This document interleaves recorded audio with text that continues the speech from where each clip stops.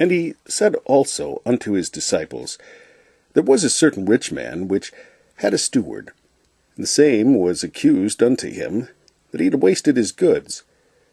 And he called him and said unto him, How is it that I hear this of thee? Give an account of thy stewardship, for thou mayest be no longer steward. Then the steward said within himself, What shall I do? For my Lord taketh away from me the stewardship. I cannot dig. To beg I am ashamed.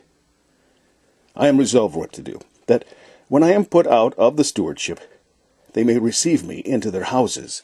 So he called every one of his lord's debtors unto him, and said unto the first, How much owest thou unto my lord? And he said, 100 measures of oil. And he said unto him, Take thy bill, and sit down quickly, and write 50. Then said he to another, And how much owest thou? And he said, 100 measures of wheat. And he said unto him, Take thy bill, and write 80.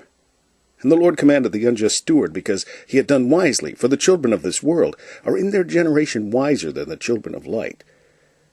And I say unto you, Make to yourselves friends of the mammon of unrighteousness, that when ye fail they may receive you into everlasting habitations. He that is faithful in that which is least is faithful also in much, and he that is unjust in the least is unjust also in much.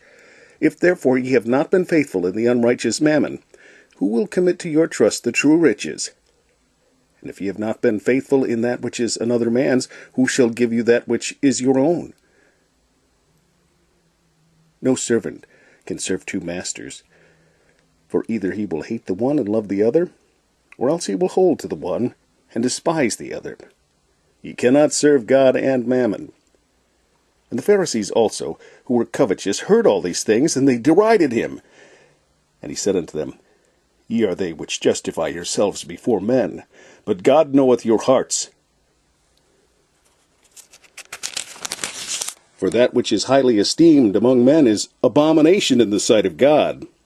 The law and the prophets were until John. Since that time the kingdom of God is preached, and every man presseth into it. And it is easier for heaven and earth to pass than one tittle of the law to fail.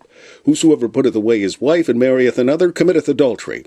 And whosoever marrieth her that is put away from her husband, committeth adultery.